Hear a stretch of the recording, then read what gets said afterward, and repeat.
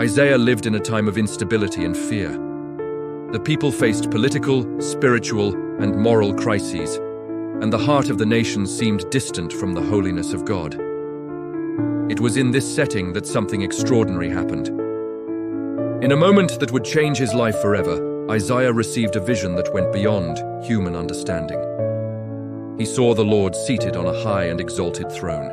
The temple was filled with his glory, and the atmosphere vibrated with divine presence. The edges of his robe filled the entire place, revealing absolute authority and unmatched majesty. Nothing there was ordinary. Everything reflected holiness, power, and reverence. Above the throne were seraphim, radiant heavenly beings, covering their faces and feet in reverence.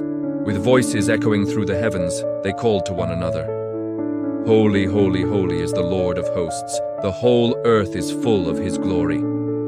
The sound was so powerful that the foundations of the temple shook, and a thick cloud of smoke filled the room. Confronted with such glory, Isaiah could not stand unchanged. He became deeply aware of his own fragility and cried out, "Woe to me! I am undone! For I am a man of unclean lips, and I live among a people of unclean lips, and my eyes have seen the King, the Lord of hosts." There were no excuses, only sincere recognition of his condition. Then an act of mercy followed. One of the seraphim flew to the altar, took a burning coal with tongs, and touched Isaiah's lips. The fire did not destroy him, it purified him. The angel declared that his guilt was removed and his sin forgiven. That touch represented restoration, cleansing, and a new beginning.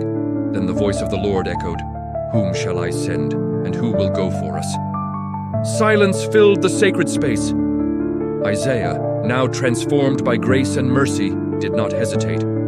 His heart, once overwhelmed by fear, was now ready. He answered with full surrender, "Here am I, send me." This vision was more than a supernatural experience. It was a turning point. Isaiah did not leave the same man. He was called to a challenging prophetic ministry marked by resistance and confrontation. Yet he accepted the call, trusting that God would remain with him at every step.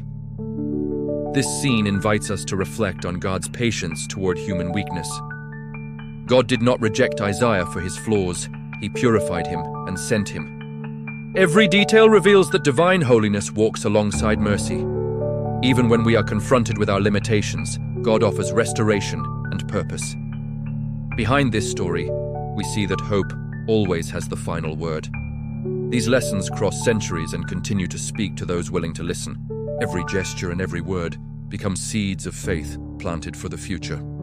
Scripture teaches us to look beyond immediate circumstances, trusting that God reveals himself in great moments and also in quiet signs of care. If you enjoyed this story, follow the channel and leave a like for more content like this.